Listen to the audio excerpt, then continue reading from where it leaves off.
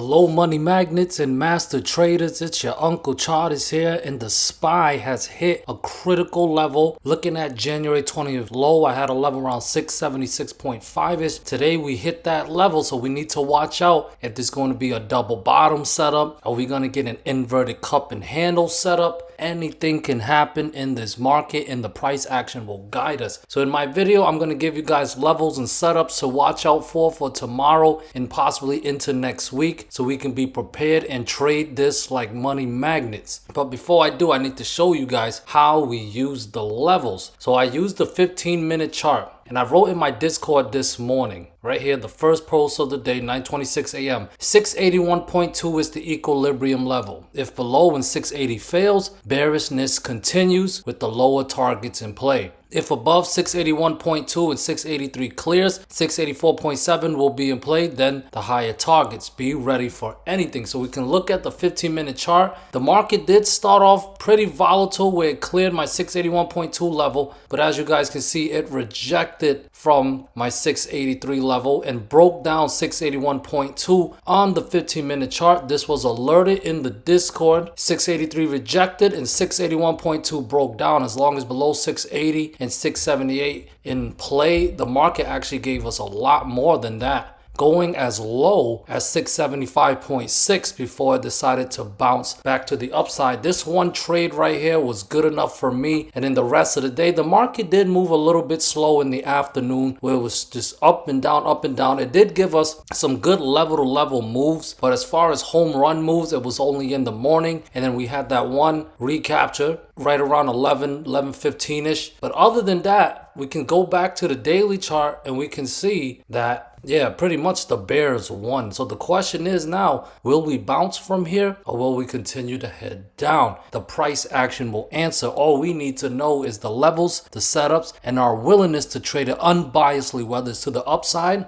or to the downside. Let's start off with the bear case. The bear case is quite simple and straightforward. 676.5 is the level. As long as it breaks down, if it can break down, then we can expect more downside with 675, 671.5, 670 and 668.4 all in play. That's the bear case scenario. Pretty quite simple. But if we are to get a bounce, as usual, lost levels must recapture. And what were the levels that was lost today? 678, 680, and the fib level is 681.2. If we can recapture those levels, then maybe, just maybe, we can get a bounce. Now we're looking at the cup, or this inverted cup. The 50% fib level is around 687.2ish. Now when it comes to the rules of the cup and handle pattern, you don't want to exceed the 50% fib level. This means in order to remain bearish, the price cannot get above 687.2. If it decides to bounce, that's the highest the bears want to see it go before we possibly put in a lower high. Because if that level gets invalidated, then the cup and handle pattern, or in this case the inverted cup and handle pattern, gets invalidated, and we'll have lots of reasons to be bullish back to the upside. But remember, in order to get the bounce, 678, 680, 681.2 and 683 must recapture. Right around 683 where we rejected. So recapturing those levels would be a decent win for the bulls. And once again, if we lose 676.5, expect more downside. Here is QQQ losing even more Fibonacci levels. There's still about 7 minutes on the day as of recording this, but as of recording this, it's below my 595.7 level. So from here, I have support at 594 and 592.7. If we break down those levels tomorrow, expect more downside. I recommend remaining bearish on QQQ below 600 and 607 highest. That was a previous pivot low. So of course, if we want to get bullish,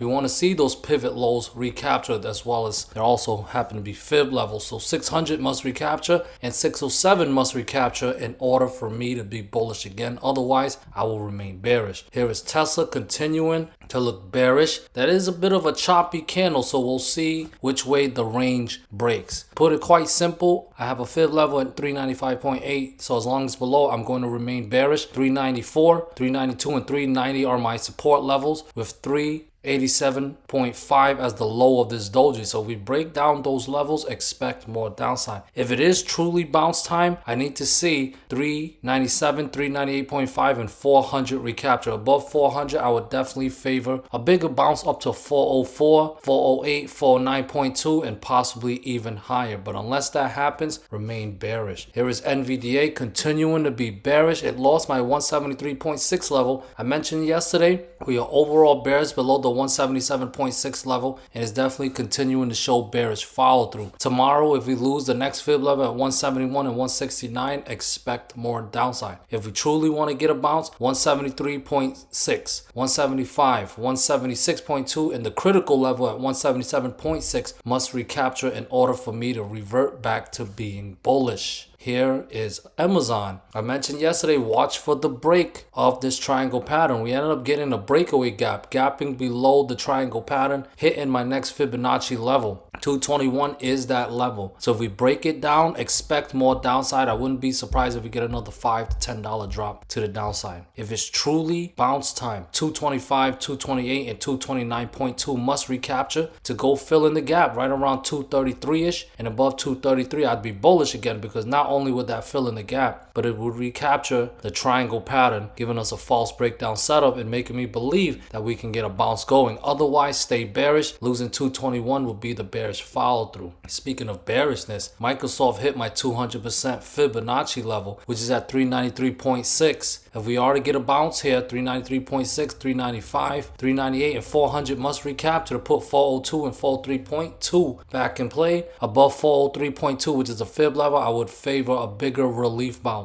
If we lose 393.6, expect more downside, possibly get below 390. Don't underestimate the falling knife. That's all I can say, guys. Here is Meta. Officially, we did lose that 672.2 level yesterday. Meta tried to recapture it intraday, but it didn't quite happen. So same plan as yesterday for tomorrow. 672.2 and 674 must recapture. The high was around 681.5. I do have resistant levels at 680 and 681.5. So getting back above 681.5 would invalidate that sell zone, and it would be a decent win for the bulls, but it'll need to get above 672.2 first in order to build some bullish momentum. Otherwise, stay bearish and we can expect a 14, 15, maybe even $20 drop to the downside. I would not be surprised if it goes even lower than that. Here is Apple consolidating here. 277, 279.7, 281 and 283 are still resistant levels. If Apple wants to end its little pause and continue upwards, those are the levels that must clear to head up to 287, 288.6. If it's truly pullback time, 274.2 and 273 are the levels to watch for support. If we break down those levels, I believe it will be pullback time. 270.3 or much lower in play. IWM definitely remained bearish after yesterday's breakdown of my 261 level.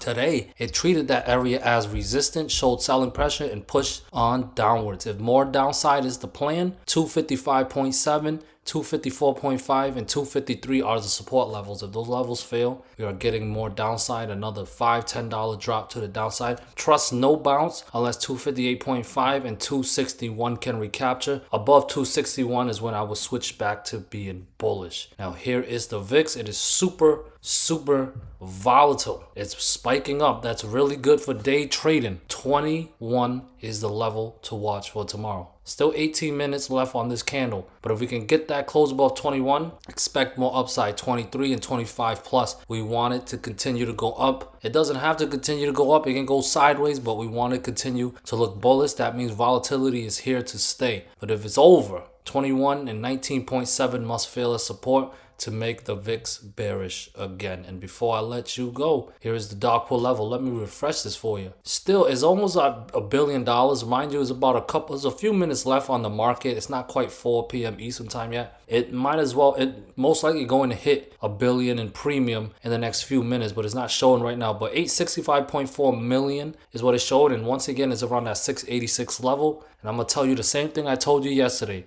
Above it, we get bullish. Below it, stay bearish. And it really worked out well for us today if you followed the DarkPool level. Guys, thank you so much for watching. Let's kick the market makers' ass. Let's continue to do it.